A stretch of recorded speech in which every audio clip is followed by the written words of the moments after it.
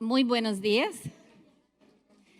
Mi nombre es Natasha Despotovic. Yo soy la directora ejecutiva de la Global Foundation for Democracy and Development, la institución presidida por el doctor Leonel Fernández, el pasado presidente de la República Dominicana y presidente de la Fundación Global Democracia y Desarrollo, que está con nosotros. Saludémoslo con un gran aplauso, por favor.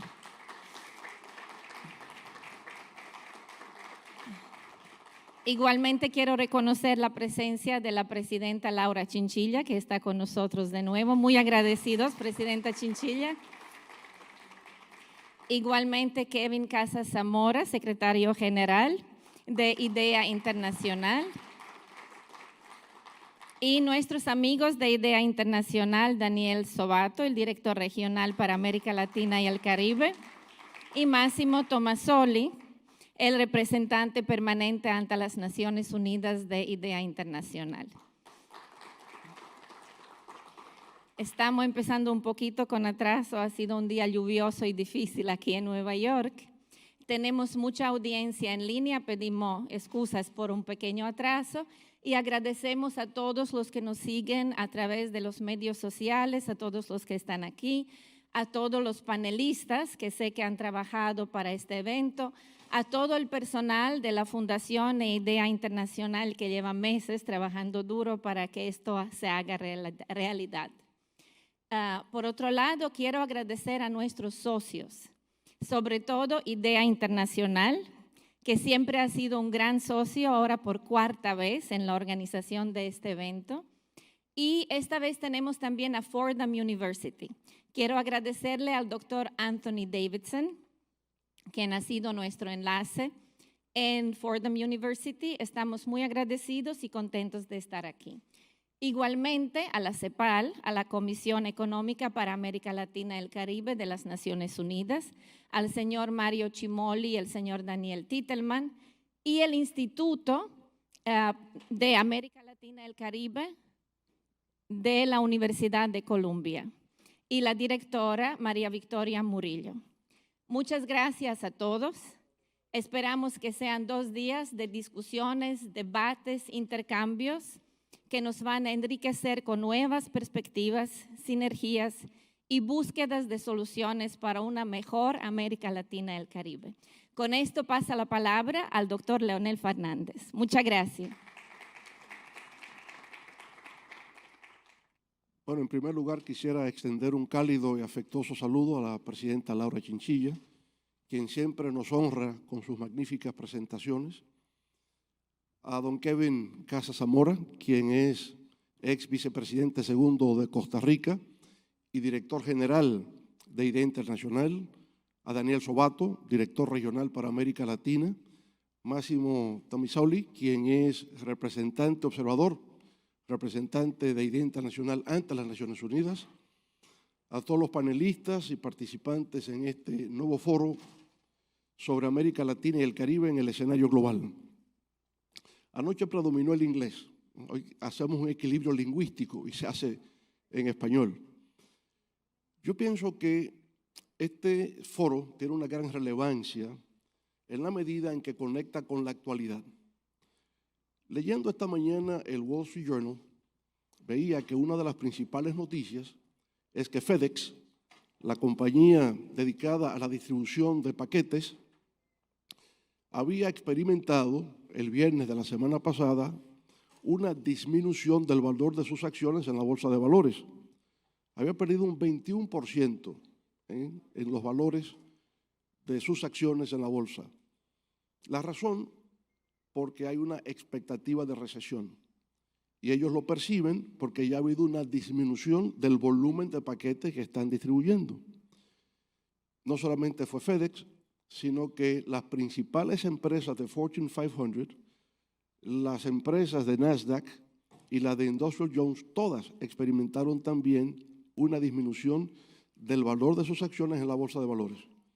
Y las razones es expectativas de que como consecuencia del alza de las tasas de interés por parte de la Reserva Federal, se presume que habrá un aterrizaje que podrá ser un aterrizaje forzoso o un aterrizaje suave, dependiendo de circunstancias pero habrá aterrizaje. Justamente en el día de hoy, las dos primeras conferencias, los dos primeros paneles que vamos a tener, tienen que ver justamente con tendencias globales de la economía y tendencias regionales en América Latina y el Caribe.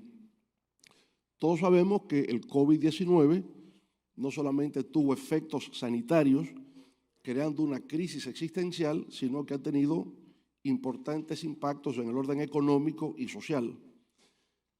En el orden económico, la gravísima y severa contracción generada por una economía global que estuvo en estado de confinamiento. La respuesta a eso fue una expansión del gasto público mediante un incremento de la emisión monetaria por parte de los bancos centrales.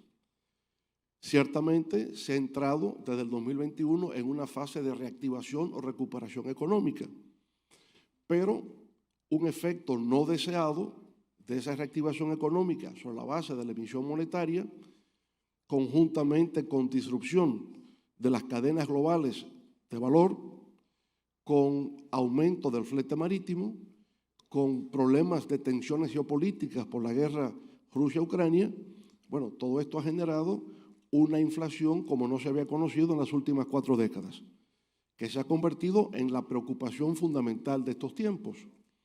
Entonces, independientemente de lo que ocurra con la inflación, ya sabemos que puede haber recesión y por los próximos 2 años el escenario será que la gente estará enojada porque no tiene cómo comprar a precios tan altos o la gente está enojada porque no tiene dinero para comprar.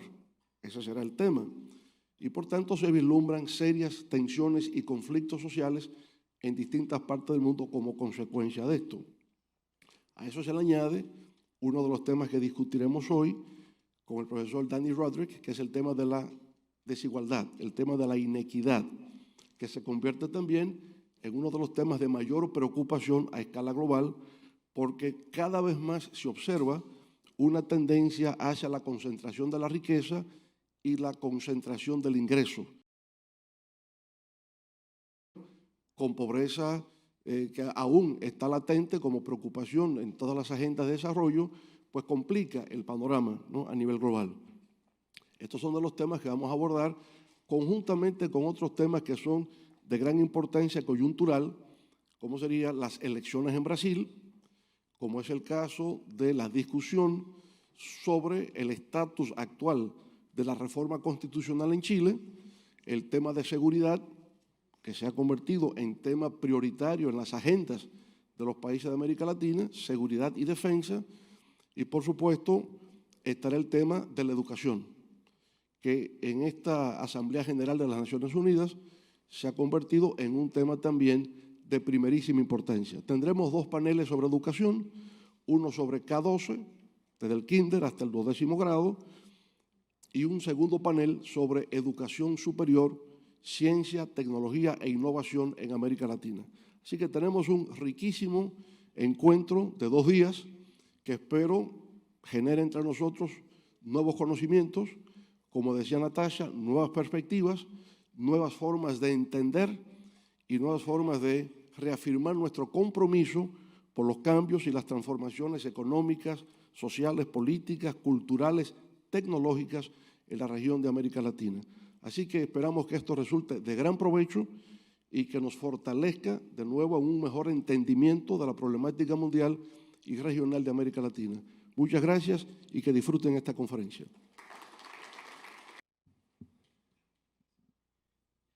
Muy buenos días a todos y todas por estar presentes en este evento, sea física o virtualmente. La verdad que para mí es un enorme gusto estar aquí físicamente, como lo hicimos hace, ¿cuánto? Hace 3 años. Hace 3 años, porque en los últimos 2 años participé en el foro y me sentí muy honrado por ello, pero de manera virtual. Quiero agradecer, como corresponde, a los socios que junto a IDEA Internacional han hecho posible la realización de este foro global. En primer lugar, por supuesto, a Funglodi y al expresidente Leonel Fernández, con quien me siento muy honrado de compartir este espacio. Usted, presidente, como lo decía yo anoche, ha logrado convertir este foro en una ocasión de referencia ineludible para reflexionar sobre el estado y el futuro de nuestra región. Pero también quiero agradecer a la CEPAL, a Fordham University, que nos está acogiendo acá, y al Instituto de Estudios Latinoamericanos de la Universidad de Columbia. Y deseo también reconocer el trabajo de mi colega y amigo, el doctor Daniel Sobato, director regional de IDEA Internacional para América Latina y el Caribe, quien es realmente quien ha hecho posible que IDEA esté aquí como coauspiciante de este esfuerzo para pensar a América Latina en este momento crucial. Y además quiero saludar a mi querida amiga y compatriota, la expresidenta Laura Chinchilla, a quien siempre es un gusto encontrar en cualquier lugar. A ver, este foro llega en un momento muy complejo para la región, un momento en el que es preciso que entendamos tres cosas. La primera es que el proyecto democrático en América Latina está haciendo aguas.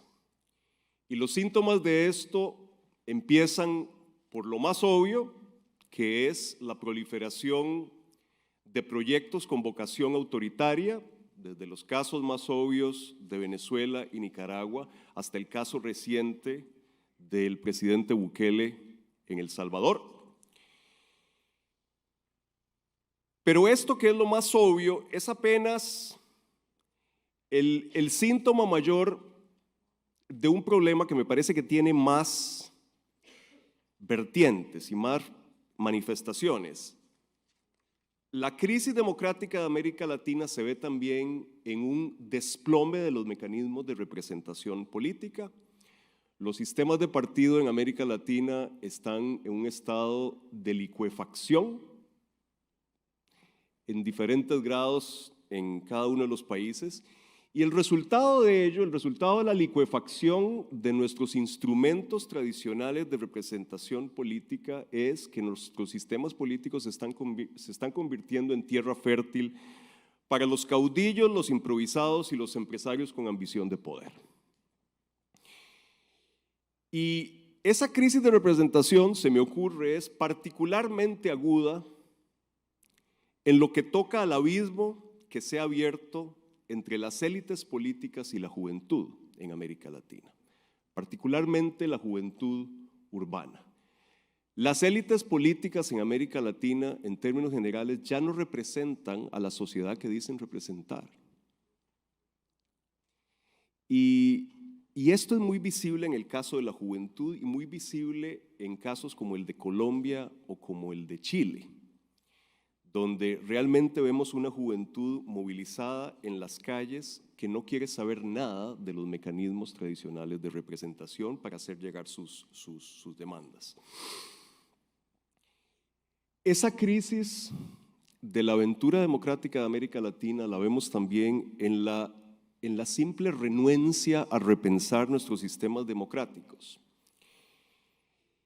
Yo creo que ya a estas alturas está bastante claro que algunos de los problemas más graves de gobernabilidad que tiene la región hunden sus raíces en problemas de diseño institucional. Y un ejemplo muy visible de esto es la coexistencia tóxica que sabemos que existe entre los sistemas presidenciales y los sistemas de partido altamente fragmentados, que se han convertido en el pan de cada día en América Latina. Esta coexistencia tóxica, que es algo requete conocido para la ciencia política, que desde toda la vida la ciencia política nos advirtió, es la realidad de nuestros países en este momento. Y sin embargo, por alguna razón misteriosa, nuestros países siguen negándose siquiera a discutir la naturaleza de sus regímenes presidencialistas, pese a que en algunos sentidos se han convertido en una losa alrededor de su cuello. Y yo tenía la vana esperanza de que en la Convención Constitucional de Chile iba a haber una discusión acalorada sobre este tema, y la verdad que no la hubo. Entonces, se me hace que cuando hablamos de temas de diseño institucional en América Latina que tienen una incidencia directa en los niveles de gobernabilidad de la región, estamos en una especie de estado de negación. Pero la crisis de la travesía democrática de América Latina la vemos quizá más que en ninguna otra parte en el silencio ensordecedor y vergonzoso para defender la democracia. Un silencio que hemos visto una y otra vez en los últimos años, particularmente en el caso de Nicaragua. Digo, si no estamos dispuestos a alzar nuestra voz para criticar, para demandar responsabilidades a un régimen que masacró a casi 400 personas en el 2018, que está conculcando todas las libertades y derechos básicos habidos y por haber a plena luz del día, sin hacer ningún esfuerzo por esconder sus intenciones, si no estamos dispuestos a hacer siquiera eso, nuestra aventura democrática no tiene ningún futuro. Estamos dispuestos, me parece, y esto me angustia, a tirar por la borda el logro más importante de la región en el último medio siglo, que fue el de haber construido sistemas democráticos que ciertamente son tremendamente imperfectos, pero son mejores que las calamidades autoritarias que los precedieron. Y que son sistemas democráticos que con todas sus imperfecciones tienen logros para mostrar, empíricamente constatables, porque si ustedes revisan los niveles de desarrollo humano de la región en la última generación, con excepción del caso muy excepcional de Venezuela, los niveles de desarrollo humano en la región no han parado de subir en prácticamente ningún país. O sea, hay logros, para no hablar del extraordinario paso que ha dado la región al asumir la vía electoral como la única legítima para acceder al poder, siendo que hasta no hace poco la nuestra era una región donde el poder se dilucidaba en los cuarteles militares o en el monte. Hay logros de la democracia y es preciso recordarlo en este invierno del descontento. La segunda cosa que debemos tener clara en este momento es que los contratos sociales en América Latina están muy resquebrajados y no hay una forma fácil de repararlos. Como lo decía el presidente Fernández, la pandemia ocasionó un desplome económico sin precedentes en América Latina y la recuperación que hemos visto es francamente muy endeble. O sea, justo ayer estaba leyendo las últimas estimaciones del Fondo Monetario para América Latina. El crecimiento económico para este año anda por el 2.4% y el año próximo va a ser 2.5% o al revés. Pero no pasa de eso. Realmente las perspectivas económicas de América Latina para los próximos años no lucen halagüeñas. Y la pandemia, pienso yo, mostró con una enorme crudeza las carencias que hemos acumulado en la tarea de construir estados, instituciones públicas capaces de entregar bienes y servicios públicos de calidad, que es en lo que en última instancia se traducen los contratos sociales. Digo, pensemos en la atención médica. No es enteramente casual que con un 8% de la población mundial, América Latina haya puesto 1/3 de los muertos durante la pandemia. Lo que hemos visto han sido estados muy incapaces de apoyar a las familias y a las empresas afectadas por la pandemia. Mire, y no me tomen esto por su valor facial. Digo, les doy un dato que me parece revelador. Las transferencias de emergencia realizadas por los estados en América Latina en los últimos 2 años, en el contexto de la pandemia, fueron equivalentes más o menos a un 1.5% del Producto Interno Bruto regional en el 2020 y a un 0.8% del Producto Interno Bruto de la región en el 2021. 1.5 y 0.8%. En Alemania, de acuerdo con estimaciones del Fondo Monetario, Solo en el 2020 el estímulo directo que se le inyectó a la economía fue de un 10.3% del PIB. Y si ustedes le sumaban a eso los avales y las garantías para empresas de todos los tamaños, llegaban al 25% del PIB. Bueno, ese es un Estado con capacidad para enfrentar una crisis, con la capacidad fiscal para enfrentarse a una crisis sin precedentes. Lo que tenemos en América Latina son estados muy débiles. Sigue siendo la gran agenda pendiente en la región, lo que tenemos en este momento para enfrentar una crisis que ahora está agravada por la circunstancia de la guerra rusa de agresión en Ucrania y todas las implicaciones que ha traído para la economía internacional. Lo que tenemos son estados muy endeudados que en general tienen niveles de deuda por encima del 80% como del Producto Interno Bruto como promedio, con una carga tributaria más bien baja y una estructura tributaria regresiva que es muy difícil de enderezar, porque a fin de cuentas una de las manifestaciones de la ruptura de los contratos sociales en América Latina es que la gente no está dispuesta a pagar más impuestos, y en esto la corrupción tiene un impacto demoledor. La corrupción y la percepción de que hay una proliferación de privilegios sufragados por todos los contribuyentes, una proliferación de manifestaciones muy cuestionables del gasto público que terminan por ser sufragadas por toda la ciudadanía.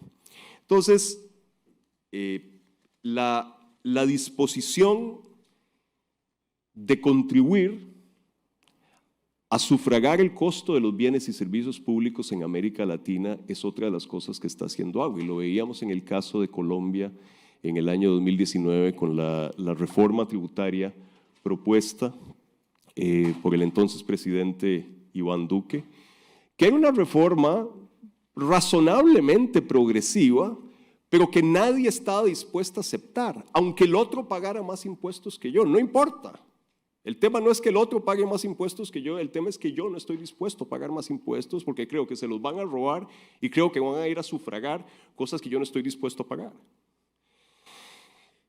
Es vital, en suma, alcanzar un consenso sobre un paquete mínimo de prestaciones sociales universales y sobre la forma de financiarlos, porque es eso lo que le da vida a un contrato social. En eso consiste un contrato social. La tercera cosa de la que debemos darnos cuenta es que América Latina es crecientemente irrelevante para el mundo. El eje de la economía mundial, como sabemos bien, se ha desplazado a Asia-Pacífico. La estructura económica de América Latina se está reprimarizando. Y de nuevo, no tomen esto por su valor facial. Les doy un dato. Entre 1997 y el 2019, la proporción de materias primas en las exportaciones de Brasil se duplicó. Y hoy anda casi por la mitad. A Estados Unidos no le importamos más que para temas muy puntuales.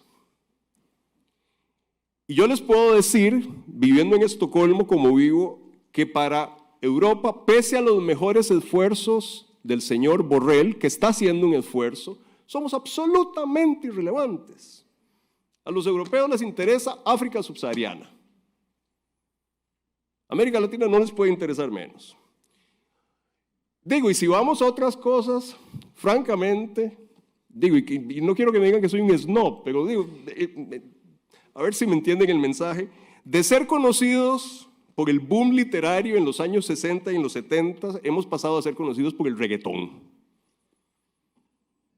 Esa es la realidad. Y nadie va a venir en nuestra ayuda.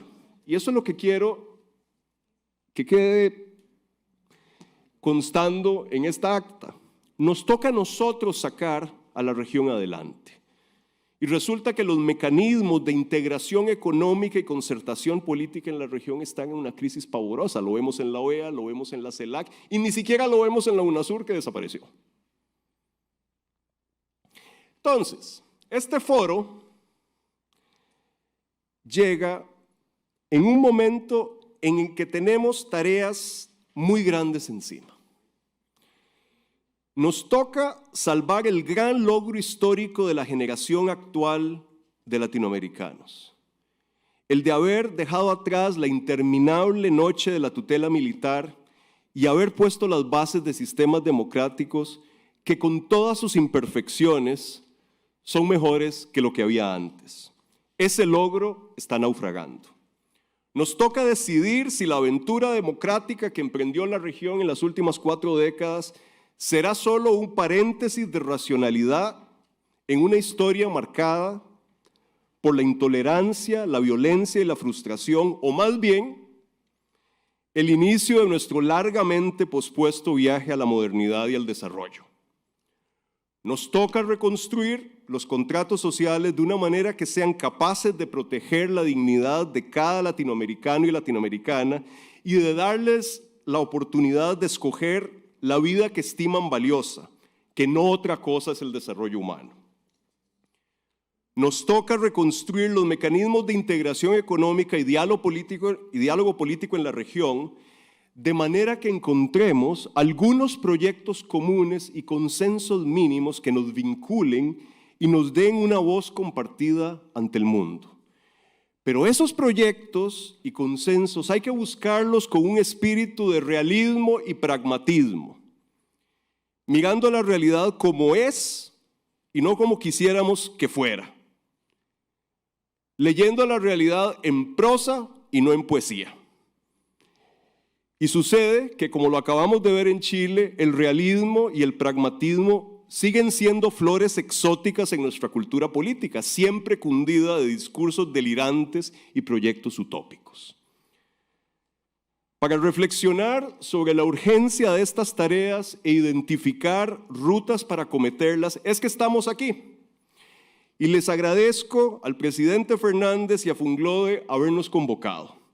Ojalá salgamos todos de este recinto con unas cuantas ideas que nos permitan contribuir a realizar el sueño de una América Latina reconciliada con su destino. Una América Latina con sociedades más incluyentes, estructuras económicas más justas y sistemas políticos más democráticos. Una América Latina que abrace el pragmatismo y el gradualismo como normas cardinales. Eso es mucho menos emocionante que escuchar las promesas y los discursos de los iluminados, pero es la única ruta segura que conozco hacia sociedades no perfectas, sino simplemente mejores. Muchas gracias.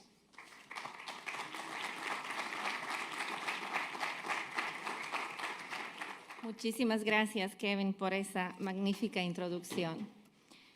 Vamos a empezar con el panel 1, amenazas globales, repercusiones y oportunidades de avance, con una mirada global.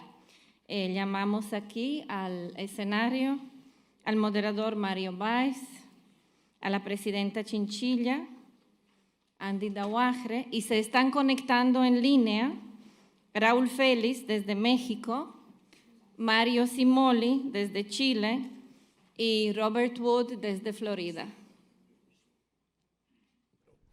Muy buenos días, me toca hoy moderar este interesante panel que, como Natacha nos acaba de anunciar, cubre el tema de amenazas globales, repercusiones y oportunidades de avances.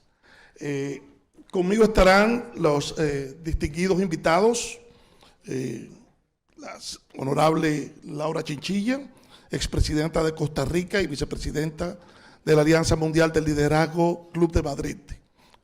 Con nosotros está también el doctor Andrés Dauajre Hijo, presidente y director ejecutivo de la Fundación Economía y Desarrollo. Y en línea tenemos al señor Robert Wood, economista principal y jefe del Servicio de Riesgo País para América Latina y el Caribe, en The Economist Intelligence Unit, al profesor Raúl Félix, del Centro de Investigación y Docencia Económica, y al señor Mario Cimoli, secretario ejecutivo ad interim de la Comisión Económica para América Latina y el Caribe, CEPAL. Quiero aprovechar esta oportunidad para despedirnos de nuestro amigo Mario Cimoli, que nos hace el honor de hacer una de sus últimas presentaciones como secretario ejecutivo, ya que se nos va no solamente de la Secretaría Ejecutiva de la CEPAL, sino también del Sistema de Naciones Unidas, a disfrutar del privilegio de la docencia en universidades de Italia. Mario, muchas gracias por tu cooperación, gracias por tu presencia y la presencia de la CEPAL siempre en este foro. El formato que vamos a seguir será el siguiente. Cada invitado va a tener 5 minutos y yo espero que en los primeros 5 minutos nos den una visión de lo que está viviendo el mundo. Yo diría que caracterizaría el mundo con el título de un libro de Richard Haas que se llama A World in Disarray, y creo que es lo que estamos viviendo. Quiero que ellos nos expliquen el contexto, qué está pasando, un diagnóstico del problema. Luego, en una segunda ronda, yo quisiera que ellos nos den una prognosis hacia el futuro, nos digan si lo que se está haciendo para enfrentar los problemas que tenemos está bien o está mal, que ellos harían diferente. Y me gustaría que, como estamos en el seno de la Asamblea General de Naciones Unidas, nos expresaran si las instituciones financieras y los organismos financieros internacionales, como el Fondo Monetario Internacional y el Banco Mundial, están fit for purpose para hacerle frente a las características que enfrentamos en la crisis en este momento. Voy con la primera ronda y creo que respetando el privilegio de las damas primero, le cedo el turno a la distinguida expresidenta de Costa Rica, Laura Chinchilla.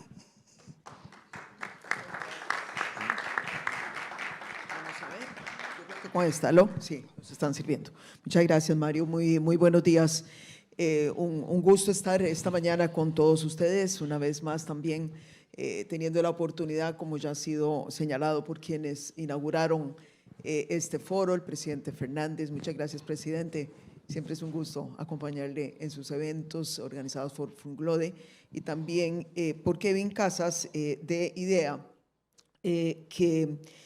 bueno, es una linda oportunidad volver a vernos de manera presencial. Siento que las introducciones que tuvimos de parte del presidente Fernández y de Kevin nos tienden a ubicar bastante bien en cuanto a los grandes desafíos que tiene la región al frente. Un poco, digamos, yo a donde quisiera enfatizar es en... O sea que de alguna manera, cuando uno ve los movimientos de América Latina en el largo plazo, es muy probable que hubiesen sido más los momentos de riesgo que los momentos de fortalezas para que América Latina hubiese enfrentado de mejor manera la crisis de la pandemia del COVID-19 como las crisis subsecuentes que se han venido sumando. Y esto, en el fondo, en consecuencia, lo que nos advierte es de una región con muchas más probabilidades digamos, de mostrarse vulnerable que una región que tenga la posibilidad de enfrentar estos embates de manera más fuerte.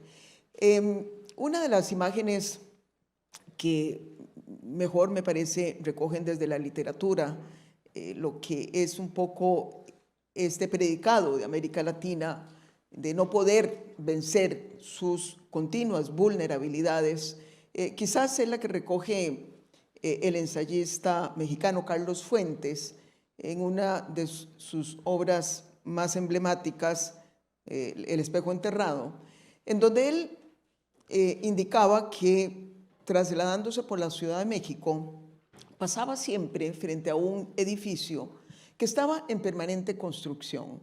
Pero no era esa permanente construcción en donde se les hacen ampliaciones, mejoras, cada vez luce todo mejor, sino que simple y sencillamente era la exasperación de algo que no terminaba. Y a pesar de que no terminaba, cada vez se veía más viejo, más en condiciones efectivamente de abandono, de incapacidad para poder concluir la obra. Y entonces nos decía Carlos Fuentes que esa era un poco América Latina, una obra permanentemente inacabada, con más tareas pendientes que tareas terminadas, con más momentos, digamos, bajos que momentos altos en su proceso de desarrollo. Una región que tenemos que reconocer ha tenido algunos momentos de gloria y aquí nos han recreado particularmente lo que ha sido en materia política institucional la primavera democrática latinoamericana, pero que ahora también la estamos viendo con preocupación, cómo se nos empieza a desvanecer esa democracia. Pero si analizamos otra serie de indicadores, esa es América Latina, una región con más tareas pendientes, que con más obras que haya podido concluir. Y entonces, en este momento, lo que tenemos son serias amenazas a la agenda de desarrollo, que ya de por sí las arrastrábamos, ¿verdad? Porque he visto a muchos un poco utilizar la crisis de la pandemia y las crisis sucesivas como las razones que explican lo que hoy somos, y no, o sea, recordemos a dónde estaba América Latina en el 2019. Estaba creciendo a nivel agregado en una tasa prácticamente cercana a cero. Ya la Organización Internacional del Trabajo advertía de una crisis en la generación de empleo. La informalidad, en términos también de porcentajes agregados, ya alcanzaba casi el 60%. Y los países empezaban, algunos, a adentrarse en un terreno delicado en materia de sostenibilidad fiscal y de sostenibilidad también de sus deudas externas. Vino la pandemia y entonces nos encontró en esa situación de extrema vulnerabilidad que Krevin la expuso muy bien. No tuvimos ni siquiera los recursos para hacer política anticíclica. De manera que las heridas que dejó la crisis pandémica son enormes. Y a eso se han sucedido todas las otras crisis. Quiero además aquí destacar que tenemos que empezar a ver las crisis no como la excepción, sino como la regla de los tiempos modernos.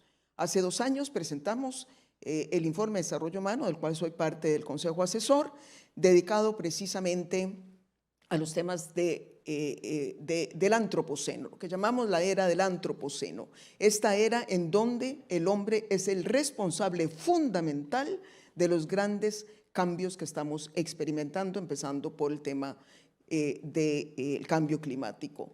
Y básicamente la conclusión es que el mundo tiene que prepararse para empezar a manejar diversas crisis sobrepuestas, una sobre otra, todas al mismo tiempo.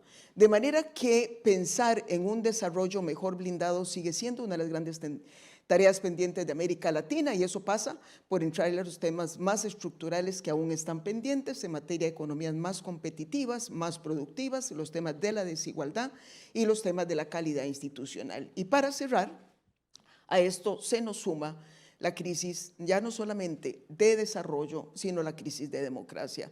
De manera que los desafíos ciertamente son inmensos, podemos hablar en una segunda ronda, cuáles son, sin embargo, algunas de las oportunidades que también observo.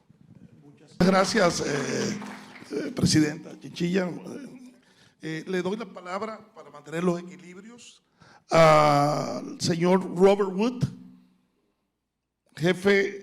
economista principal y jefe del Servicio de Riesgo País para América Latina de The Economics Intelligence Unit, quien está con nosotros en línea.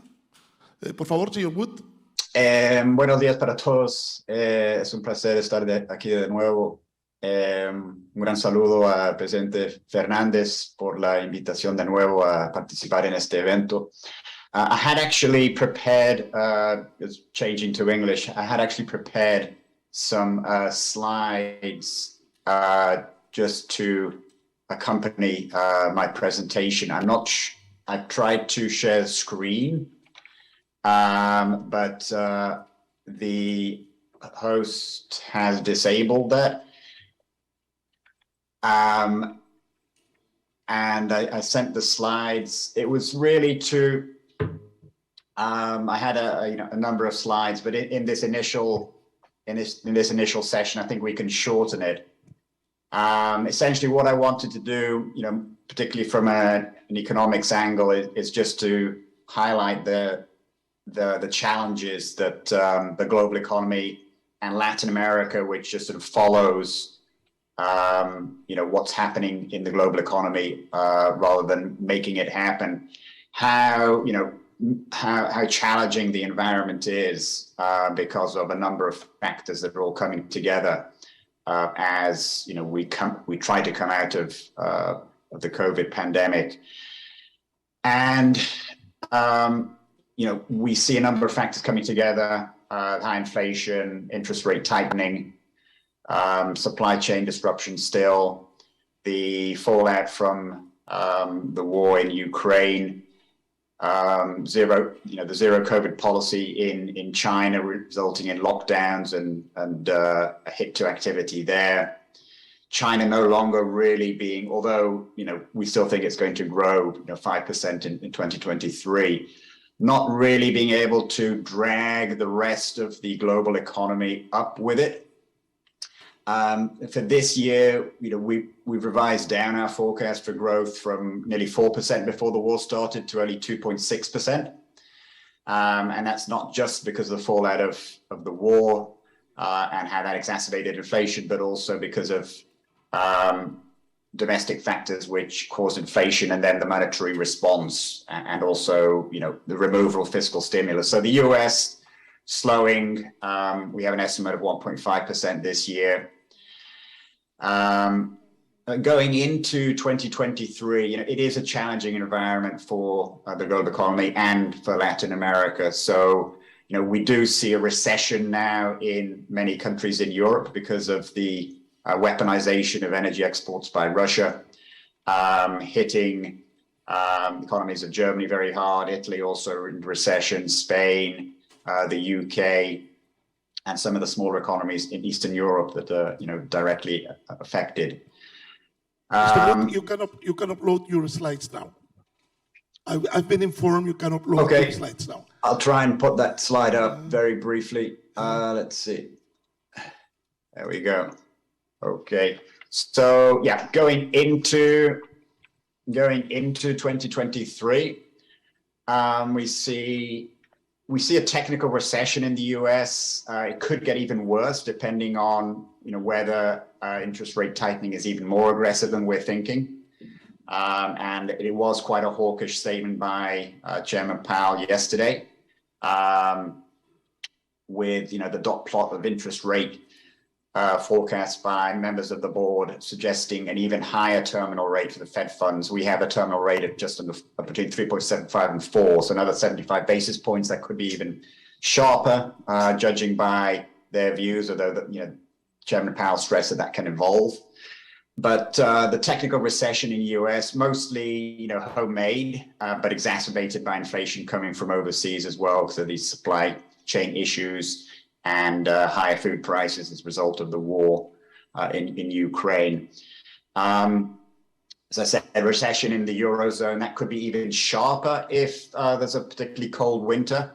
And that's one of our top risks. And I'll go onto that slide very briefly. As I mentioned, China will post a bit of a rebound after the impacts of the lockdowns. But that is subject to downside risk because the zero COVID policies are being maintained in China. And so one of our sort of views at the AU is that there's still likely to be another potentially damaging variant of COVID in late 2022, early 2023, and that could spark renewed lockdowns in China. But China not being as much of a driver of the global economy as it has been in the past. And that slowdown in the Northern Hemisphere countries is going to impact the rest of the world.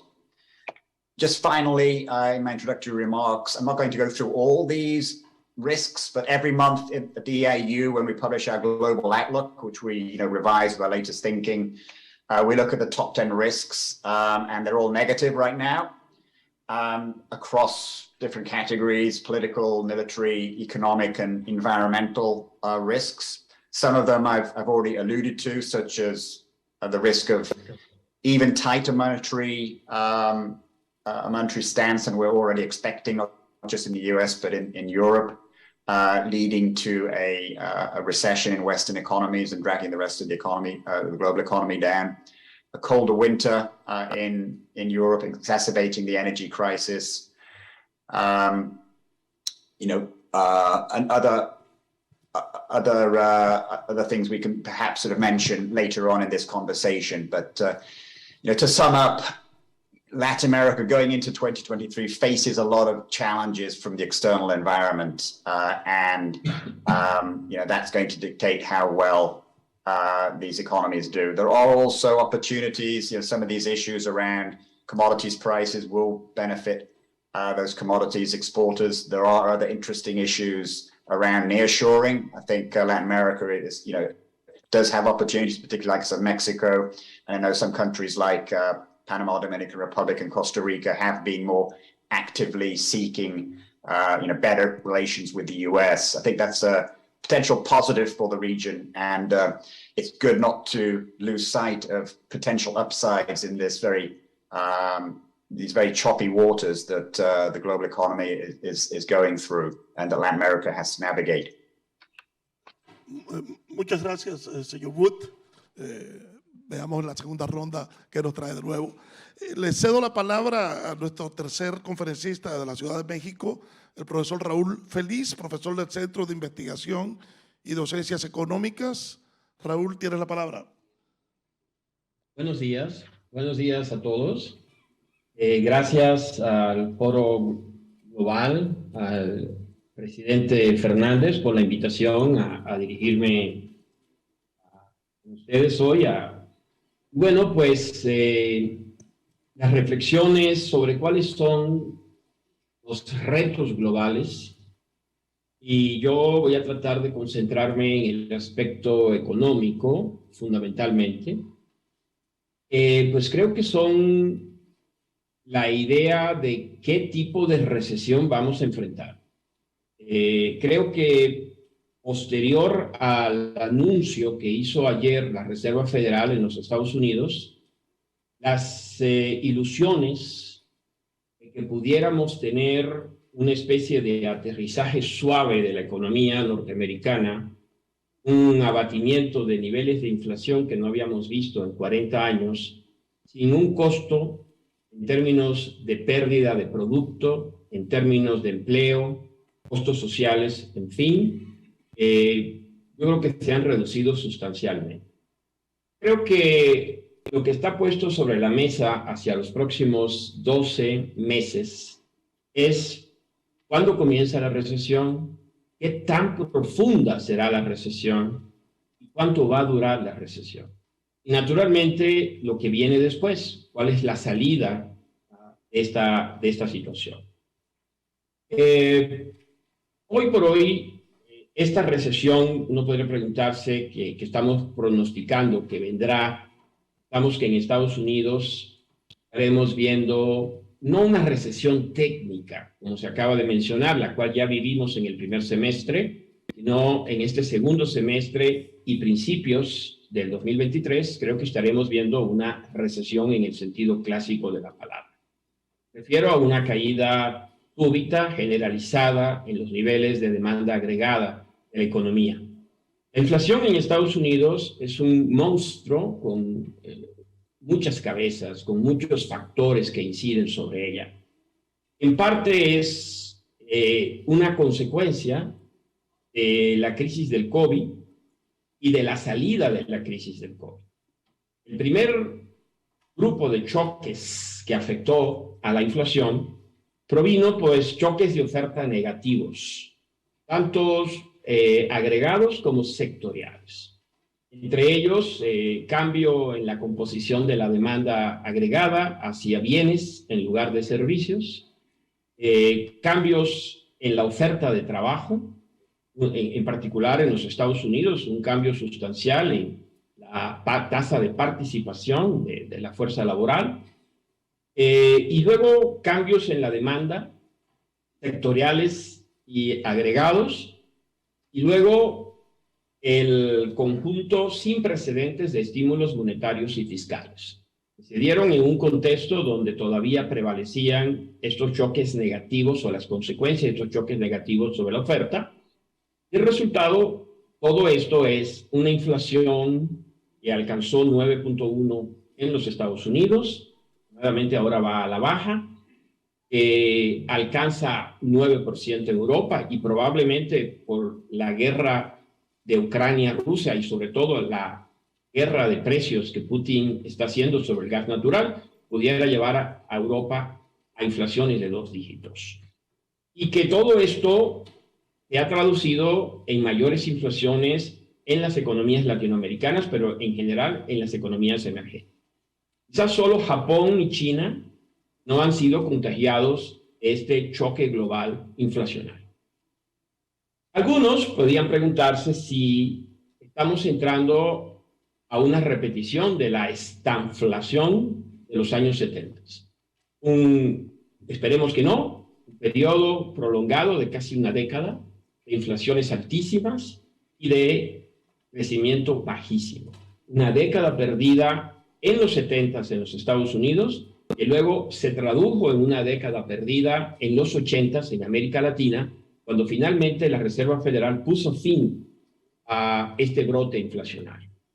Esperemos que no, y yo creo que la Reserva Federal está haciendo su trabajo. Algunos dirán que se tardó, que no entendió muy bien la naturaleza de los choques. Eso es fácil de decir ex post, era difícil de entender ex ante. Hoy entendemos más, y como lo ha dicho el gobernador Powell, se va a necesitar todavía en Estados Unidos tasas de interés más altas. Se va a necesitar un control de la demanda agregada y un aumento del desempleo. Y eso es una recesión que podría ser ligera, podría ser más profunda, pero creo que vale la pena pagar el costo en este momento a cometer el error de los años 70, donde se intentó evitar ese costo social y finalmente no se logró, sino que se terminó pagando con pérdida de una década. Los países de América Latina y en general del mundo emergente van a tener que enfrentar una situación complicada cuando apenas están saliendo el choque del COVID. Cuando apenas estábamos en el 2021 comenzando la recuperación. Ahora la discusión es cómo estabilizar la economía, cómo controlar estas presiones inflacionarias, que en el caso de América Latina provienen en gran parte del exterior, no son generadas por exceso de demanda doméstica. ¿Cómo hacerlo?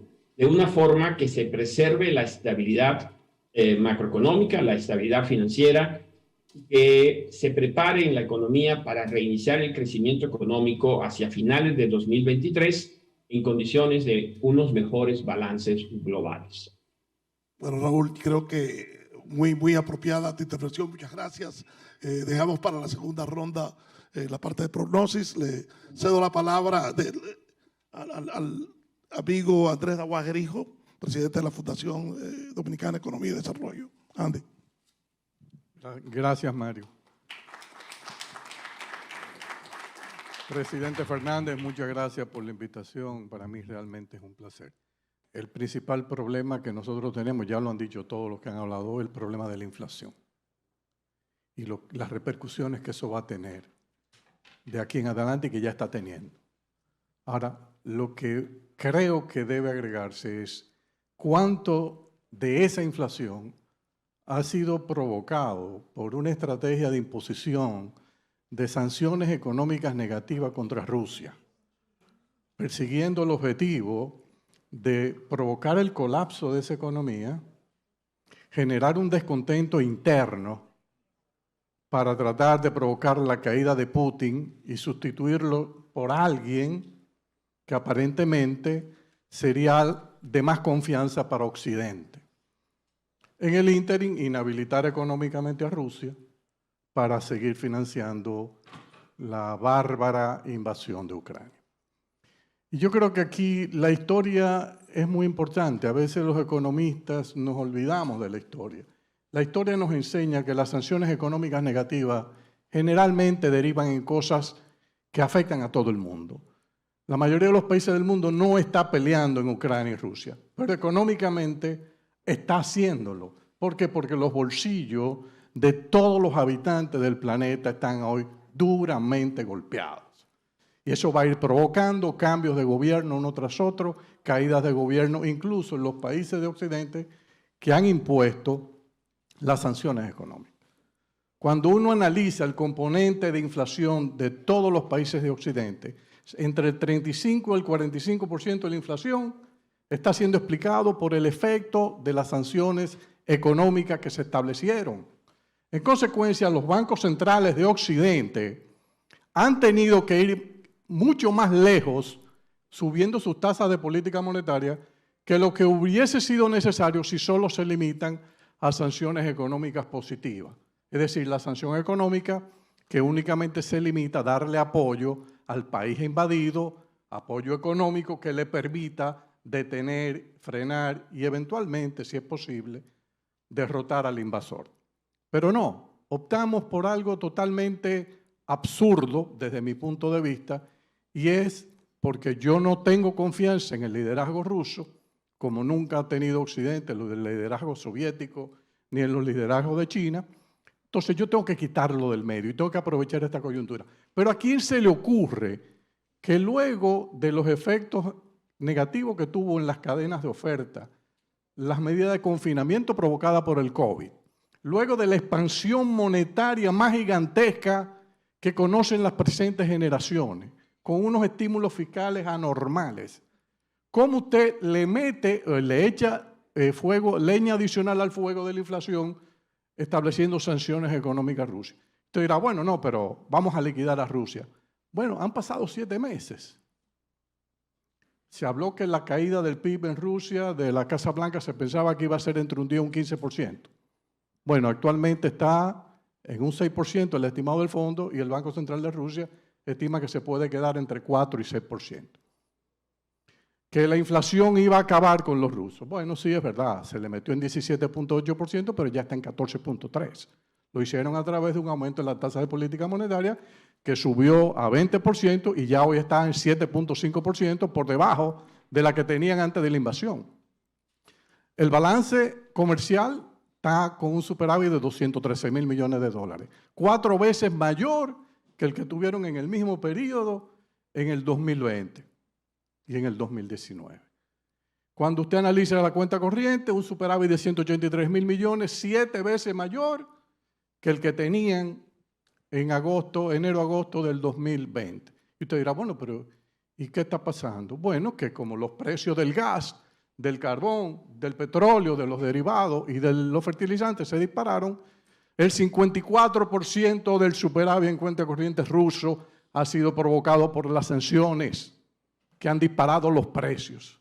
Entonces a mí me parece que hemos querido inhabilitar a Rusia. Y yo creo que la política es atractiva, pero los efectos boomerang que está teniendo no parecen justificarla. Rusia no ha colapsado todavía, el rublo estaba a 77 antes de la invasión, hoy está en 60, o sea que se ha apreciado un 20%. Con relación al euro, la apreciación es como del 55%. Y entonces Europa y Occidente, el resto de Occidente, como Estados Unidos, hundido en una crisis. Yo me pregunto, ¿cuánto, cuando Powell dice vamos a llegar a 4.6 de tasa de política monetaria? Bueno, ¿cuánto de ese 4.6 tú has tenido que llegar producto de la sanción? ¿2.0%? ¿1.0? ¿1.5%? ¿Cuánta destrucción de demanda? Porque eso es lo que hace la tasa de política monetaria, no nos engañemos. Cuando yo subo la tasa de política monetaria de un banco central, lo que yo quiero es destruir demanda, generar desempleo, desacelerar la economía. Entonces, ¿cuánto de eso es provocado por esa sanción? Entonces, yo creo que Occidente, desde mi punto de vista, tendrá que pensar en otras vías más creativas, porque la sanción económica negativa a veces en regímenes autoritarios no deriva en una caída del régimen necesariamente. La capacidad de sufrimiento que pueden tener esas sociedades, nosotros los occidentales no la entendemos. Nosotros no la soportamos, pero quizá el nivel de estructura de esas sociedades le permite soportar el dolor mucho más que nosotros. No tienen libertades. Entonces yo creo que el tema central, lo voy a dejar ya para el segmento cuando volvamos, es ¿qué alternativas hay? ¿Cómo vamos a evitar este proceso de desglobalización que está viviendo hoy la humanidad. Desglobalización que empezó con las represalias a China y que ha seguido ahora con sacar a Rusia del mercado global. La globalización fue, gusten o no, el esquema más efectivo que ha conocido la humanidad para reducir pobreza y para mantener los precios estables. Lo hemos estado destruyendo, vamos a una desglobalización y ese va a ser otro caldo adicional de cultivo o leña al fuego de la inflación. Muchas gracias, Andy. Excelente intervención. Pero, y para concluir la primera ronda de intervención, le damos la palabra al secretario ejecutivo interino de la CEPAL, al señor Mario Chiboli. Mario. Hola, ¿qué tal? Gracias, Mario. Espero que me escuchen. ¿Me escuchan? Escuchamos bien, te escuchamos bien. Bueno, gracias. Difícil agregar algo. Yo quería solamente poner algunos temas que me parecen importantes. En este contexto global, ¿qué va a pasar con la región y cómo se está comportando la región? Yo creo que el contexto de alta inflación, de lo que está pasando geopolíticamente es muy claro. El tema de los procesos que se están iniciando a nivel global y la política monetaria también son muy claros. Yo quiero adjuntar cuatro temas estructurales que me parecen que van a seguir ampliándose. La región entra en una situación compleja en este momento con una productividad baja, una productividad a la baja, incapacidad de generar empleo en sectores con alta productividad, un sector informal que después de la pandemia aumentó, que sigue estando alto, una situación de pobreza difícil de resolver, con niveles relativamente altos, y una desigualdad que está aumentando fuertemente. Al mismo tiempo, la región entra en un contexto con baja inversión. América Latina no está invirtiendo, y está invirtiendo muy poco en lo productivo, en el empleo, en muchas variables que tienen que ver sea con el sector privado y público. El sector privado es el 80% de la inversión y va a la baja, a niveles muy bajos, 17, 16%, mientras que tenemos economía que se está moviendo en el 30, 40% con políticas públicas muy fuertes. El último tema importante que hace la diferencia y la asimetría en explicar lo que está sucediendo es el rol de las políticas públicas. Mientras América Latina entra en este contexto con poca integración económica, las economías globales, como bien se mostraba, se están regionalizando cada vez mucho más. Regionalizando una parte de Norteamérica, regionalizándose Europa, regionalizándose Asia, o sea, donde la escala en economía juega un papel muy importante. Mientras la región, cada jugador juega por su cuenta. Hasta los más grandes piensan jugar por su cuenta, hasta los más chiquitos piensan jugar por su cuenta. O sea, la región entra con todas estas simetrías en un contexto geopolítico global muy, muy difícil, con alta inflación, y no solo con alta inflación y recesión, como se está dando, y muy bien se explicó presentemente. Los números que van a venir en Alemania son muy claros, -3, -4%, Italia lo mismo, y los países europeos van a lo mismo, con -2%, Estados Unidos va a seguir subiendo y va a afectar. O sea, es un contexto global donde las condiciones estructurales de la región entran en una condición estructural difícil, compleja, con sus mismos problemas de siempre y con escalas muy chiquitas para actuar. Y en un contexto de ese tipo, lo que más importa, no solo decir que estamos mal y quizás vamos a ir peor, es que hay muchos de los bloques regionales que están haciendo políticas industriales, productivas de empleo. Estados Unidos lanzó una política que la definió por primera vez en el New York Times, política industrial de 280.000 millones, en todos los sectores, de lo sustentable a lo tecnológico, a lo estratégico y a lo militar, donde hoy lo militar es parte de la política tecnológica productiva. Europa lo mismo, entra con el plan para la sustentabilidad y con políticas muy fuertes. China hace lo mismo con su plan 2030 y las políticas militares hacen que lo tecnológico y lo industrial se hace muy fuerte. Y la región entra en esto debatiéndose a sí mismo de nuevo. O sea, debatiéndose en un contexto que no pone ciertas políticas en primera línea. Entonces, el contexto geopolítico es importante definirlo, pero es importante definir cómo entra la región en ese contexto geopolítico. Y las conclusiones de esto son que lo está haciendo con políticas activas y con debates viejos. Por ejemplo, una de las cosas claras que sale de este contexto es que nadie tiene miedo a llamar la política industrial como política industrial y todos los países están haciendo. Quisiera ver al amigo Robert del Intelligence Unit, cuando ellos no hablaban de política industrial y no querían que se pronunciara muy seguido, ahora lo ponen como estrategia fundamental de los países y la región. Y la región todavía sigue teniendo este debate y no lo está llevando adelante. Sin política industrial, sin geopolítica, sin escala, no se va a generar aquel empleo que reduzca la informalidad y aumente la productividad. ¿Y cuál es esa política? Y en esto voy cerrando. ¿Lo puede hacer cada país por su cuenta solo? No, se necesita escala. ¿Y está esa disposición política a hacer escala? Y la verdad que no. Y la verdad que no está. Ese es el punto fundamental. Entonces, lo que no solo nos trata de definir un mundo que vemos mal y viene peor, sino cómo entra la región. La región entra con condiciones estructurales que empeoran y son las mismas históricamente, con políticas débiles que son distintas a las que están haciendo las otras economías y con un debate viejo sobre los temas, Es evidente que una economía como la latinoamericana, con 50% más o menos de informalidad, si no genera los empleos, nosotros vamos a seguir repitiendo desigualdad, van a seguir estando permanentes. Y los gaps, la distancia, las asimetrías, en esta crisis que estamos entrando, ¿y cómo vamos a salir? Si la región no debate ese tipo de temas, las asimetrías van a ser muy altas y nos van a afectar en comercio, nos van a afectar en integración, nos van a afectar en políticas de welfare. Por lo tanto, lo importante es entender no solo cómo va el mundo, sino cómo la región se posiciona en esto respecto a cómo se están posicionando los demás. Y quiero cerrar sobre otra cosa. Por ejemplo, el debate sobre los acuerdos comerciales. ¿Alcanza a tener el mismo debate de acuerdos comerciales que se tenía hace 20 años o cambiaron los acuerdos comerciales donde los grandes países están decidiendo hacer políticas? Miren Europa, cómo maneja la Golden Share sobre las industrias estratégicas tecnológicas. Miren lo mismo que hace Estados Unidos, es un debate productivo y tecnológico. ¿Cómo entra América Latina en el debate de lo comercial, de lo tecnológico y de la inversión? Y esos son temas muy importantes, que no solo es un tema de escala, sino un tema de cómo proponerse un debate hacia el futuro. Si no pensamos en eso, nos vamos a quedar haciendo mía culpa, la mía grandísima culpa, qué bruta crisis, qué mal que estamos. Pero pensar hacia cómo manejarlo y cómo leerlo hacia el futuro me parece un debate extremadamente importante y ver cómo entra la región me parece crucial. Gracias. Muchas gracias, Mario. Muy acertada tu intervención. Hacemos otra segunda ronda con nuestros distinguidos panelistas y me gustaría que ellos se expresaran sobre lo que se está haciendo.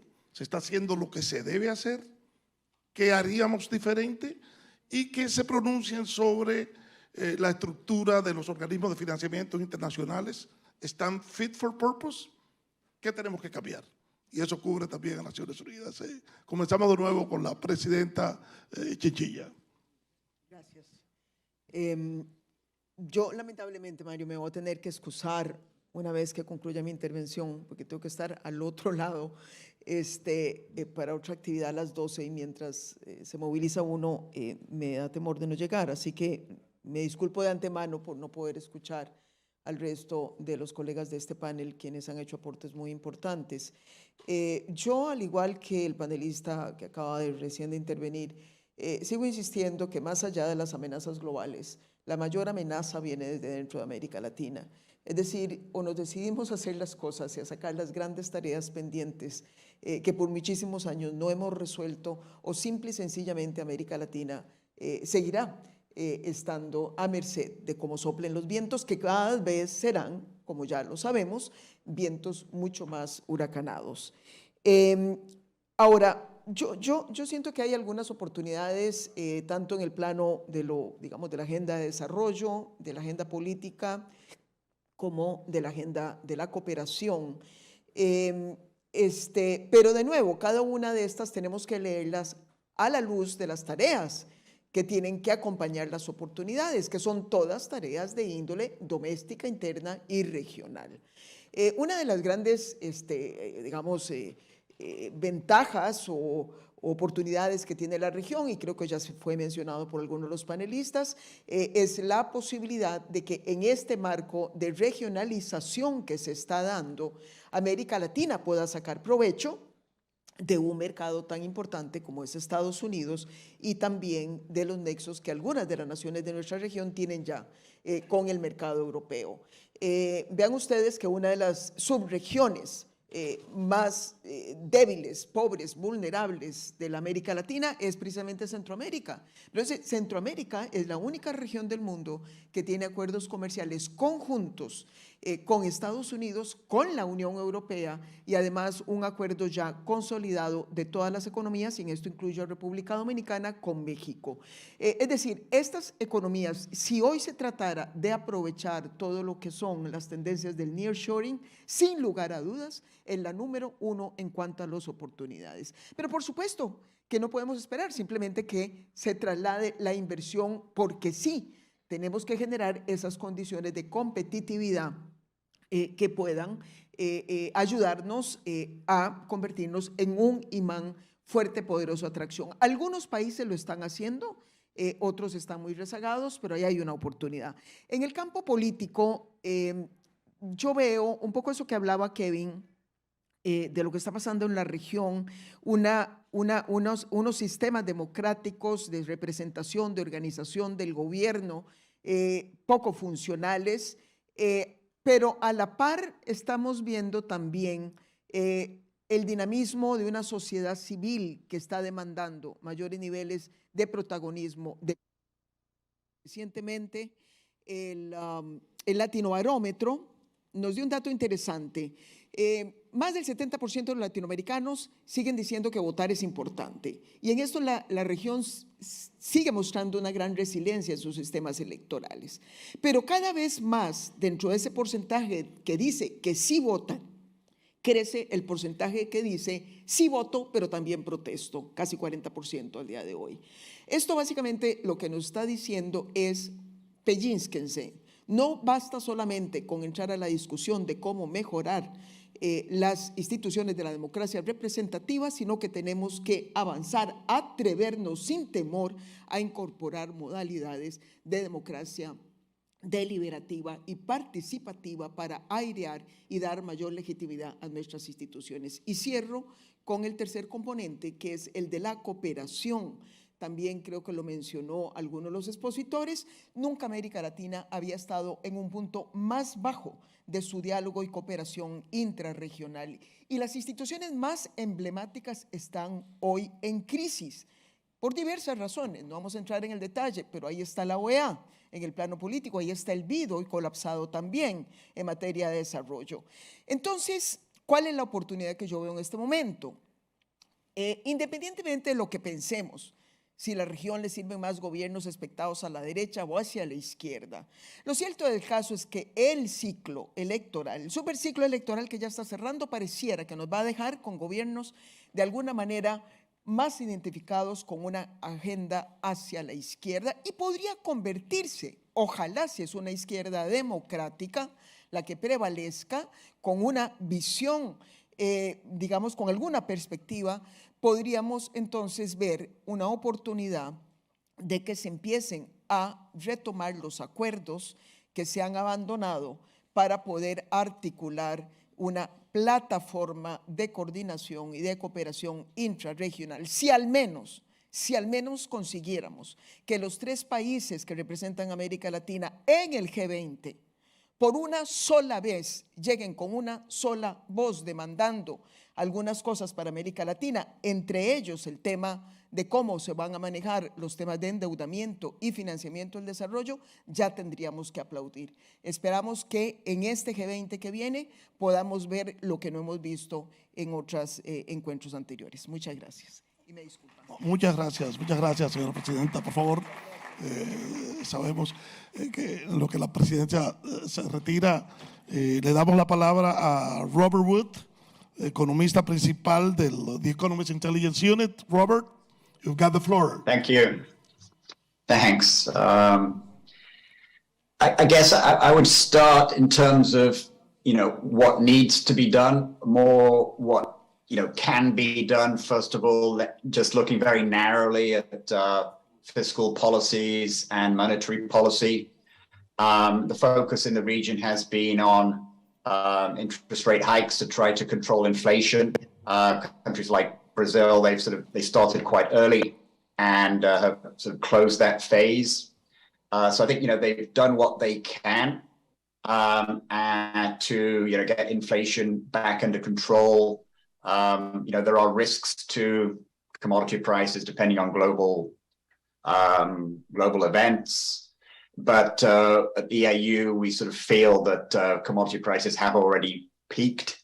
They have come down from the post Russian invasion peak. They'll still stay high, but at the margin, they are sort of lower than that peak. So that's sort of a positive, and that can sort of help bring inflation down. In the countries that pursue orthodox monetary policies, they've done the right thing. They have raised interest rates, and they're going to have to keep them high for quite a while. For example, Brazil, sometime into 2023 before they can start easing. So we haven't really seen too much in the way of the hit to credit, but I think that will come as these tighter financing conditions hit households and firms. So going into 2023, so on the interest rate side, there isn't much room to support the economy.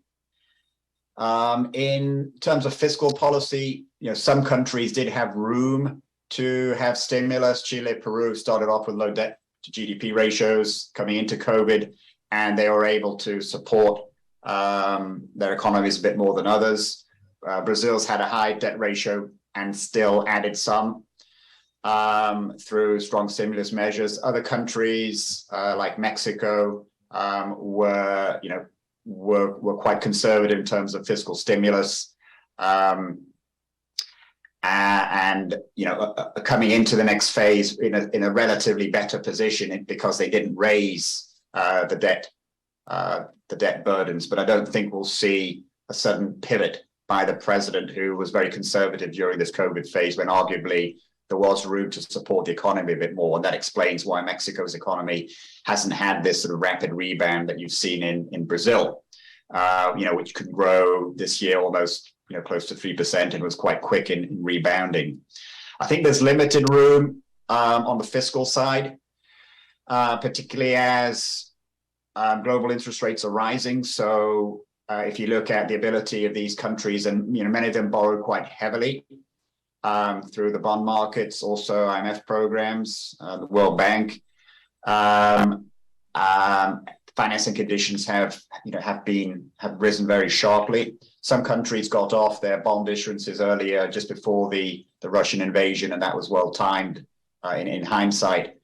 So there's little room in terms of external borrowing from the markets for quite a while, because the costs are quite high. We can talk a little bit about the multilateral organizations. I don't see overall much room on top of this sort of rapid increase in borrowing that we saw after COVID for another extraordinary sort of round of borrowing from multilaterals. Of course, there are specific countries that are on programs, and we can discuss that in a bit. But just very narrowly in terms of fiscal and monetary policy, there isn't going to be, as I see it, much in the way of support in 2023, as Latin America is buffeted by slower US growth and the growing risk of a stronger recession than we're forecasting, a technical recession, we're still saying,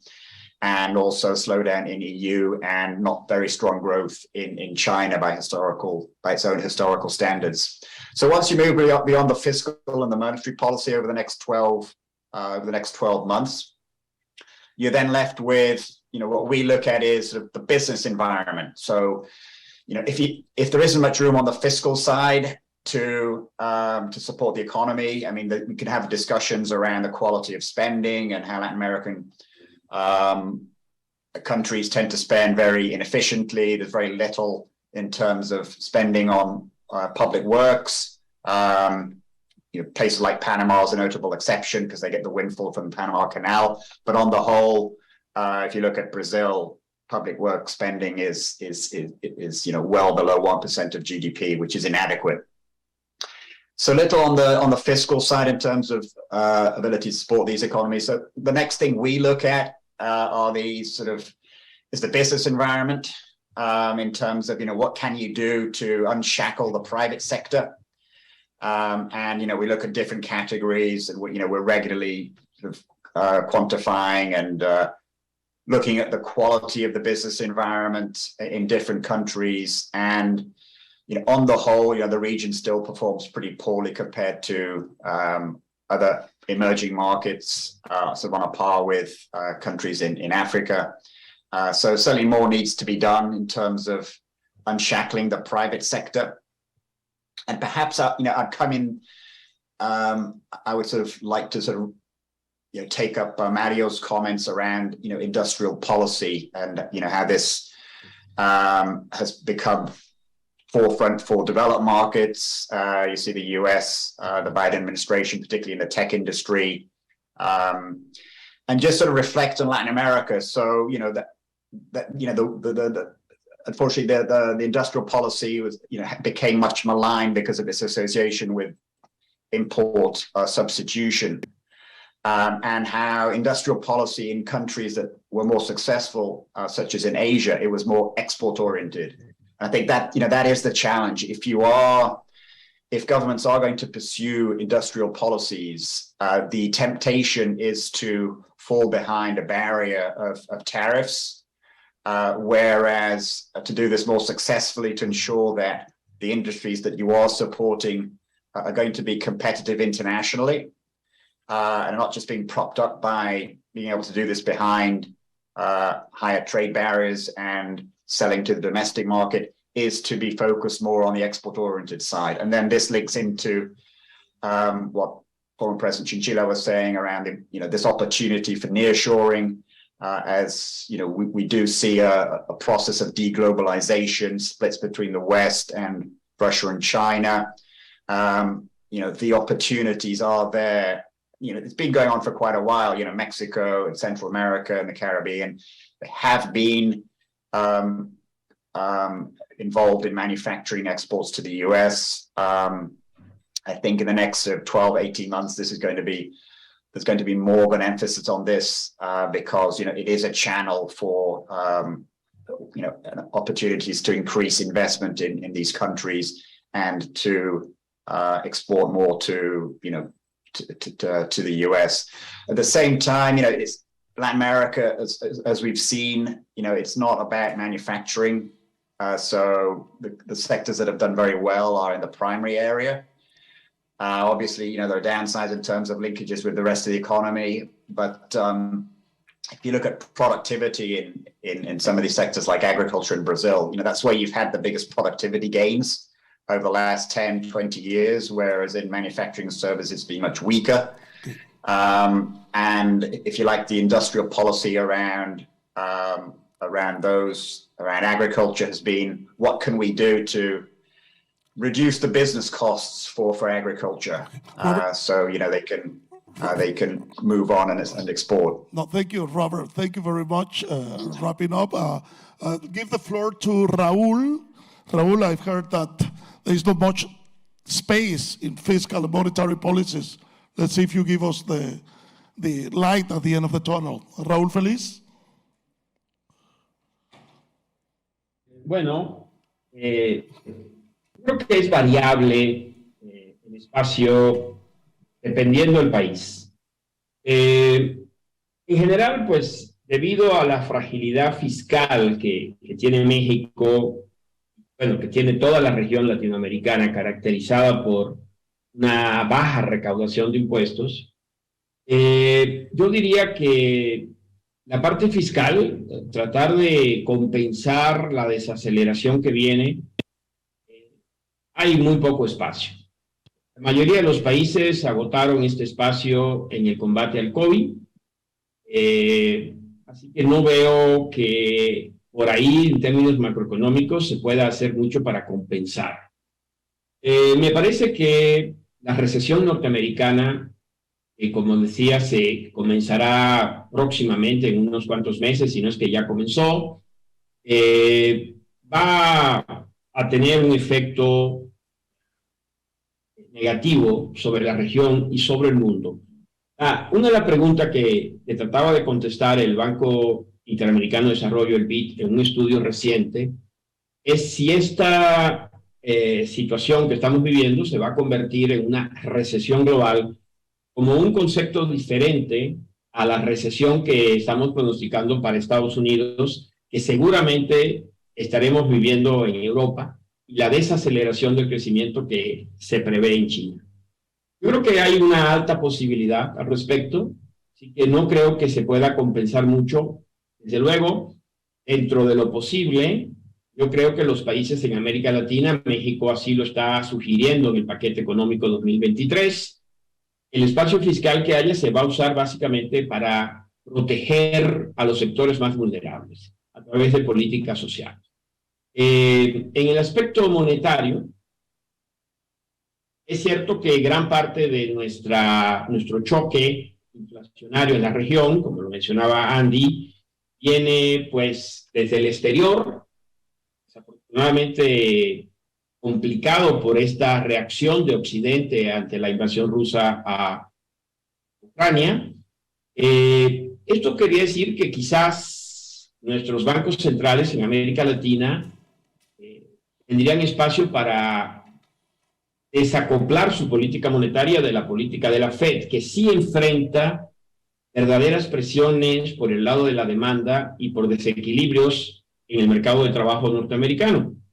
Sin embargo, creo que hay un temor natural en América Latina a usar el espacio de la flotación cambiaria que permitiría tener una política monetaria menos dura que la norteamericana, y el temor a que eso pudiera estimular inestabilidad financiera vía salidas de capitales que generen inestabilidad para el mercado financiero local.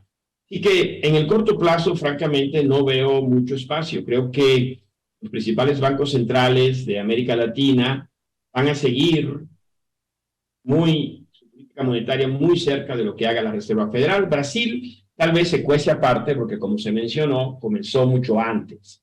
Así que hay algo de espacio en la parte monetaria, no tanto en la parte fiscal.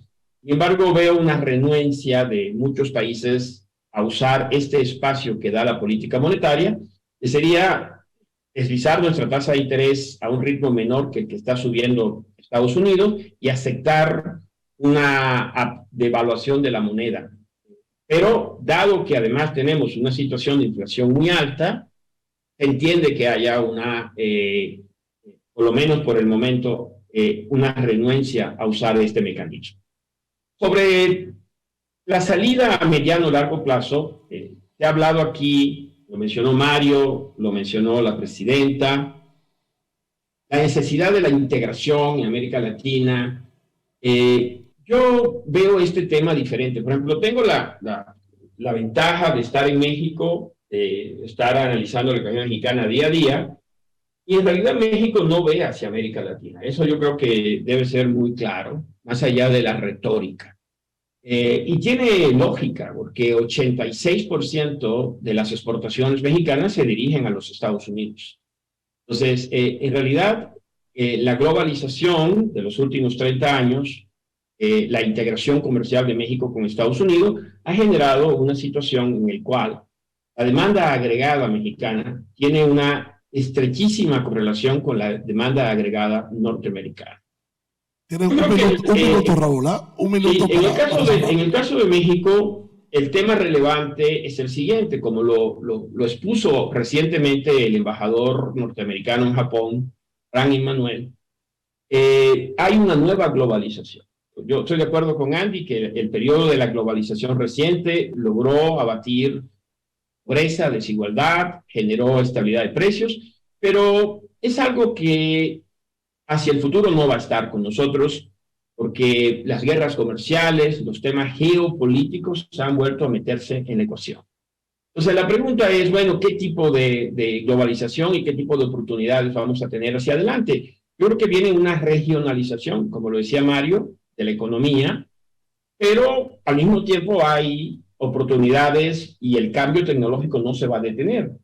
Una economía basada en algoritmos de inteligencia artificial, en el aprovechamiento de data, eso va a seguir siendo, y va a haber economías que lo van a poder aprovechar o no. Estados Unidos ha lanzado un conjunto de iniciativas con la administración Biden que podríamos equiparar a política industrial. Y creo que México va a participar ahí. De hecho, los subsidios a la industria de autos eléctricos, a la fabricación de semiconductores que se han introducido explícitamente, son para la producción en Norteamérica. Eso incluye a México. Entonces, aunque el gobierno mexicano con una agenda nacionalista, populista, no está aprovechando desde mi punto de vista como debería hacerlo, el futuro para México va a ser determinado por las circunstancias actuales y la realidad de su integración con la economía norteamericana. No esperemos que México participe mucho, sea muy entusiasmo en el G20 de la integración latinoamericana, porque la integración de México es con los Estados Unidos. Muchas gracias, Raúl. Muy buena tu intervención. Le doy la palabra al doctor Dawager, que sé que está un poco apurado de tiempo, así que Andy, por favor, tiene la palabra. Gracias, Mario. Yo voy a decir únicamente lo que me preocupa. De cara, no me voy a quedar en los temas eminentemente económicos, sino voy a tratar de ir un poquito más lejos. Yo pienso que el reto más grande que tiene hoy día la humanidad es cómo podemos enfrentar el déficit de intolerancia que uno percibe que existe hoy día en entidades, gobiernos, intelectuales asociados a la democracia liberal. Yo recuerdo cuando estudiaba hace muchos años economía, examinaba los principios fundamentales para que una economía de mercado funcione. Hay varios principios, pero nunca vi en uno de esos principios de que la economía de mercado necesita para funcionar bien como sistema político la democracia liberal. No aparece, o sea, usted revisa toda la literatura, no lo va a encontrar. Pero en Occidente entendemos que esa es una pieza fundamental. Y yo celebro que así sea, y todos los que hemos vivido en democracia vamos a pelear hasta donde podamos para defender ese sistema. Pero sucede que hay sociedades, hay países que tienen 4.200 años de existencia y no conocen la democracia. Hay otros que tienen un poco menos y quizás tuvieron democracia 10, 8, 5 años. Nosotros en Occidente entendemos que en vez de que lo más importante no es exportar bienes y servicios de calidad, es exportar democracia. Lo primero que uno tendría que preguntarse, bueno, pero ¿cuál es la democracia que queremos exportar, que queremos venderle al Asia, que queremos venderle a Rusia? Esta democracia que tenemos aquí en Estados Unidos, donde existen dos partidos políticos totalmente disfuncionales que han creado un sistema donde Estados Unidos se ha ido cada vez quedando más rezagado, tecnológicamente, en materia de infraestructura. Entonces, ¿cómo tú vas a convencer a los chinos, a los rusos, que ese es el modelo que a ellos les conviene? O sea, yo creo que el verdadero liberal, el pensador liberal, es aquel que es capaz de tener sus valores y sus principios, pero también respetar la opinión y valores de sociedades que para nosotros son desconocidas. Nosotros no vamos a convencer a los chinos, a los rusos, de que ellos tienen que adoptar necesariamente el modelo de democracia liberal que nosotros tenemos. Mucho menos entiendo el por qué, si nosotros estamos convencidos que el modelo de democracia liberal es la fuente de crecimiento y progreso económico y social más importante, ¿por qué razón? Y esa es la gran pregunta que me hago. Yo quiero vendérselo y pedirle que lo adapten y que lo impongan a los dos países, las dos regiones donde más de confianza yo tengo. Acemoglu, en su libro ¿Por qué fracasan las naciones?, dice claramente que tener instituciones fuertes bajo regímenes de democracia liberal es el éxito a largo plazo para alcanzar, la estrategia de largo plazo para alcanzar el crecimiento y desarrollo económico. ¿Por qué yo quiero que China adopte eso? Para que se haga más fuerte, para que progrese más rápido todavía, o que Rusia. Yo creo que el día que nosotros pensamos aceptar que hay sociedades diferentes, que podemos tener un sistema de globalización económica, de economía de mercado, aún los países tengan sistemas políticos diferentes, nosotros vamos a poder, la civilización humana, seguir progresando. Mi temor es que debido a ese déficit de intolerancia que hoy día uno está viendo, lo que vamos a ver es cada vez más represalias, más sanciones y al final de cuentas más pobreza en toda la humanidad. Muchas gracias, Andy. Pregunta, quería responder después al amigo del Intelligent Unit sobre la política industrial que me parece importante. Dale, pero eso por al favor. final, porque es más teórica. Tú preguntaste, ¿está haciendo lo que tiene que hacer el Banco Mundial? Yo voy a no ser política. No, no lo está haciendo. Por ahora no lo está haciendo. Es más un discurso política correcta que política de acciones, son al margen. ¿Está haciendo lo que tiene que hacer el Fondo Monetario Internacional sobre esto? El discurso es muy bueno, está moviéndose un poquitito, pero no con el amperaje que se requiere. ¿Está haciendo Naciones Unidas para enfrentar el tema del desarrollo y considerar lo que pasa en nuestra región, lo que está haciendo? Tampoco. ¿Por qué? Porque en vez de pensar una reforma donde da el peso a país por país, tiene que pensar la regionalización. Este es un contexto global donde las escalas y las regiones cuentan. No pueden hacerlo ni los países chiquitos, ni Brasil, que grande lo puede hacer.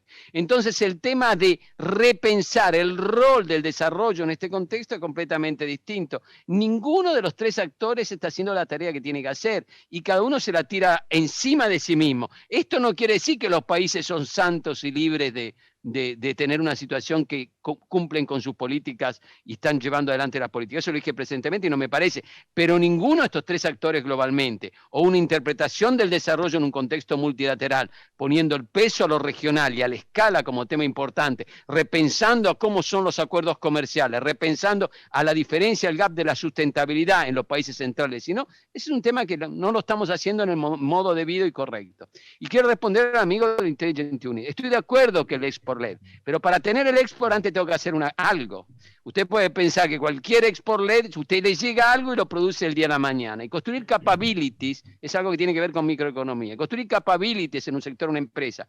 ¿Cómo lo hicieron los japoneses? ¿Cómo lo hicieron los coreanos? ¿Cómo lo hicieron los chinos? ¿Y cómo lo hizo en Estados Unidos la política de Hamilton? Fue primero construyendo aquellas capacidades que permiten exportar. Uno no exporta de la nada porque se despierta a la mañana. Uno exporta porque tiene un sistema industrial, construye capacidades, un skill, un sistema productivo, y eso lleva tiempo a construirlo. Y no se hizo de un día a la mañana que Corea exportó, y no se hizo un día a la mañana que Japón exportó, y no se hizo un día a la mañana que Estados Unidos llegó cuando competía con Inglaterra a ser un gran exportador. Entonces, está muy lindo decir export-led, porque es un tema casi ideológico, pero decir que las capacidades se construyen para poder exportar es también, pero aquellas capacidades necesitan también construirlas. Y si usted no las genera y deja solo los precios relativos, nuestros países, ¿sabe qué? Van a seguir exportando commodity e informalidad, y nada más inmigrantes. Gracias. Gracias, Mario.